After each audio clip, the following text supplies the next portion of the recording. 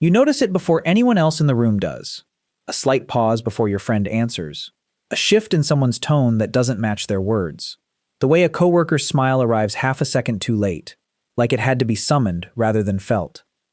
You clock it instantly, and then you say nothing because you're not even sure what you just picked up on. Later, you're proven right. The friend was upset. The coworker was hiding something. And somehow, you knew before they told you, before anything was said out loud, before there was any obvious evidence at all. Most people brush this off as coincidence, or intuition, or just reading people. But that explanation barely scratches the surface of what's actually happening. Something in your mind is processing enormous amounts of information without your conscious permission, running calculations you never asked it to run. The question isn't whether you notice these things. You already know you do. The real question is stranger, and much more unsettling. What part of you is doing the noticing, and why does it work in silence, without ever asking for your approval first? I'm Peak, and I've spent a long time studying why certain people seem to catch what everyone else walks right past. It isn't limited to reading faces. Some people notice when a room's energy shifts before anyone speaks. Others sense when a plan is quietly falling apart, long before anyone admits it out loud. You might notice it in a meeting, sensing tension between two colleagues who are still smiling. You might notice it in a text message, feeling the coldness behind perfectly polite words. You might even notice it in yourself, catching a mood shift minutes before you understand why. These moments feel random, almost like luck. But they follow a pattern, and that pattern points to something deeper than luck. So here's the real question this video is going to answer. What is your brain actually detecting, and why does it happen before you're consciously aware of it at all? In the early 1990s, a young researcher named Judith Orasanu was studying something unusual inside high-stakes decision-making teams. She wasn't looking at psychics or mind readers, she was looking at fire commanders, pilots, and emergency room nurses. Professionals whose split-second judgments often meant the difference between life and death. Around the same period, psychologist Gary Klein began interviewing veteran firefighters, trying to understand how experienced commanders made life-saving decisions in seconds, without ever consciously weighing the options. One case became central to Klein's research. A fire commander led his team into a house fire that, on the surface, looked completely ordinary. But something felt wrong to him. He couldn't say what. The layout felt off. The heat didn't match the size of the visible flames. Without being able to explain why, he ordered everyone out of the building. Seconds later, the floor collapsed. The fire had actually been burning in the basement the entire time, hidden beneath them. When Klein later asked the commander how he knew, the commander insisted he hadn't known anything.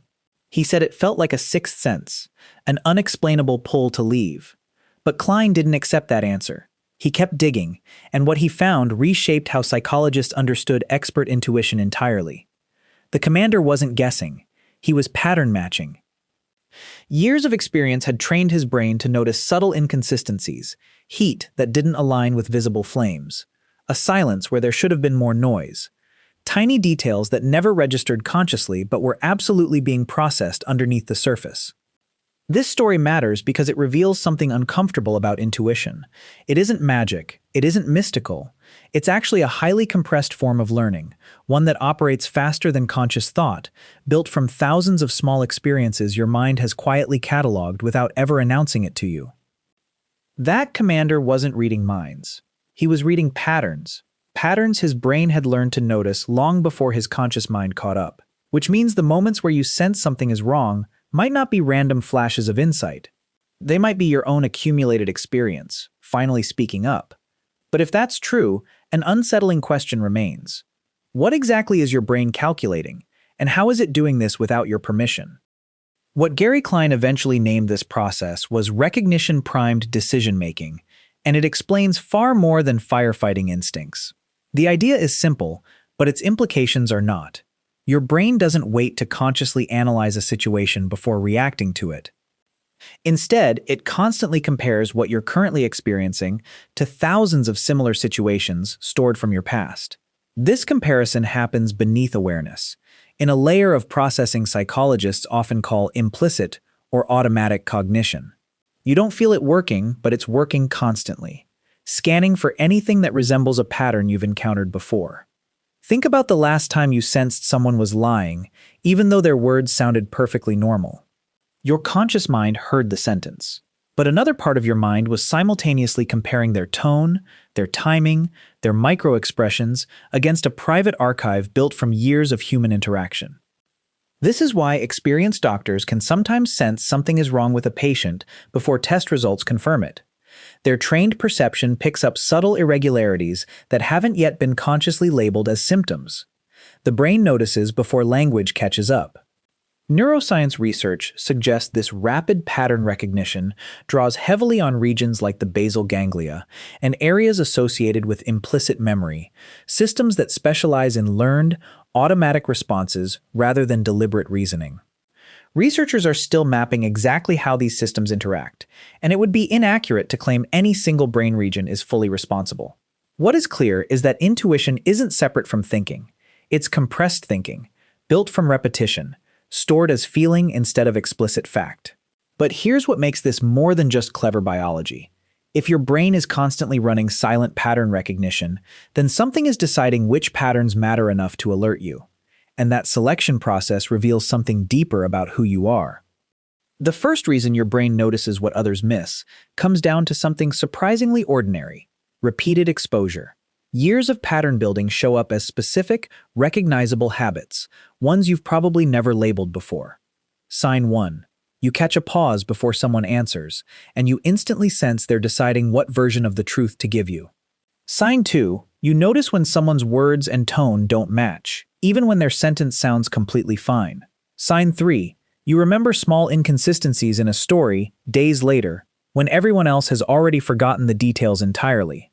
These aren't random talents. They're evidence of implicit learning, absorbing information without deliberately trying to memorize it. But if pattern recognition depends purely on experience, why do some people notice things in situations they've never actually encountered before? That leads to the second reason, rooted in attention allocation. Your brain constantly decides, mostly unconsciously, what deserves focus. And for highly attuned people, emotional information gets flagged as urgent, producing 3 more distinct signs. Sign 4. You sense tension in a room within seconds of walking in, before anyone has said a single word aloud. Sign 5. You notice when someone's energy shifts mid-conversation, even if their sentences stay identical. Sign 6. You often know someone is upset before they've consciously admitted it to themselves. This isn't superior intelligence. It's a nervous system trained to treat emotional cues as priority data. But why would a brain assign that much urgency to feelings in the first place? That question leads somewhere deeper than habit. The third reason touches identity itself, and it produces the final 3 signs, the ones that reveal something about how you learn to feel safe. Sign 7. You replay conversations afterward, searching for a signal you might have missed the first time. Sign 8. You feel uneasy when you can't read someone, even if nothing is actually wrong. Sign 9. You often understand what someone needs before they've asked for it, sometimes before they know themselves. For many people who notice what others miss, this sensitivity became tied to safety, connection, or self-worth. If understanding others once determined whether you felt secure, your mind learned that awareness equals protection, which raises an uncomfortable possibility. What if this sensitivity never learned when it's safe to stop working? Once your brain learns that noticing keeps you safe, it doesn't switch off after the danger passes. It generalizes. What began as protection in one specific relationship or environment can quietly expand into a pattern that runs almost everywhere, in friendships, at work, even during ordinary conversations that carry no real risk at all. This happens through a familiar psychological chain. A trigger appears, maybe a slight change in someone's tone. A thought follows almost instantly. Something is wrong. That thought produces an emotional response, often low-level anxiety or unease. Then comes the payoff, a wave of relief once you've scanned the situation and identified what might be happening. That relief is the part most people never notice. Correctly identifying a hidden emotion, even a negative one, feels rewarding to your nervous system. It confirms your radar works.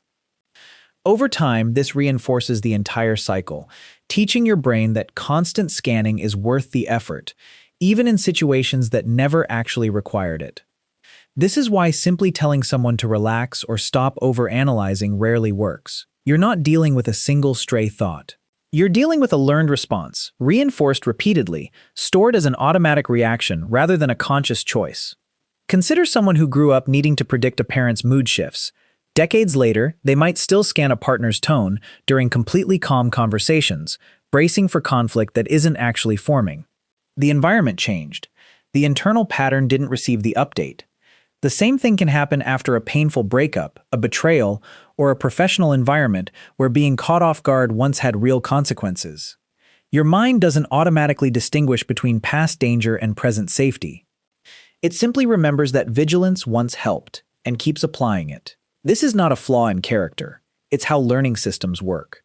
But if awareness became automatic through repetition, that also means it can be gradually recalibrated, not erased but adjusted, so it responds to what's actually happening now instead of what happened years ago. Recalibrating this pattern doesn't start with forcing yourself to stop noticing things. That rarely works, because you're fighting a system built through years of reinforcement. Instead, real change starts with naming the pattern the moment it activates, simply recognizing, "This is my radar turning on again." That small act of labeling creates a brief pause between the automatic trigger and your usual reaction. Psychologists sometimes call this cognitive diffusion, separating yourself from a thought long enough to examine it instead of automatically believing it. You're not silencing the signal. You're just interrupting its authority over you. From there, the next step involves checking the signal against present reality. Ask yourself a specific question. Is this danger happening now, or does it remind me of something from before? This isn't about dismissing your instincts. Sometimes your read is accurate, but sometimes it's an old pattern responding to a new, unrelated situation. Over time, you can begin practicing a different response once you've paused. Instead of immediately scanning for what's wrong, you allow a few seconds of uncertainty without needing to resolve it instantly. This gradually teaches your nervous system that not knowing immediately isn't actually dangerous. This process works slowly, through repetition, not through a single moment of insight. Every time you notice the pattern, pause, and respond differently, you're offering your brain a new data point, evidence that safety doesn't always require constant vigilance. If this pattern is deeply tied to past trauma, chronic anxiety, or significant emotional pain, these strategies work best alongside support from a licensed therapist, not as a replacement for one. Self-awareness is powerful, but some patterns deserve professional guidance to unwind safely and completely. The goal was never to stop noticing entirely. Your awareness is valuable. The goal is teaching it discernment, so it activates when something genuinely matters, instead of running constantly in the background of every ordinary moment in your life. So maybe you were never broken, overly sensitive, or too much for the people around you. You were simply a highly trained observer, shaped by moments that once required you to notice everything, because noticing used to be the only thing that kept you safe. That fire commander from earlier didn't have a supernatural gift. He had years of quiet, accumulated experience that spoke to him in the only language it knew, a feeling instead of a fact. Your own instincts might be doing the exact same thing right now, drawing from a version of you who learned, long ago, that awareness was survival. The difference is, you get to decide what happens next. You can let that radar run endlessly, exhausting you in rooms that were never actually dangerous. Or you can start teaching it, gently, which moments genuinely deserve its attention, and which ones are simply echoes from somewhere further back. I want to know what this looked like for you. Think of one specific moment when you sensed something was wrong before anyone said a word. What did you notice, and how did you know? Tell me the details in the comments, because someone reading your story might finally understand their own.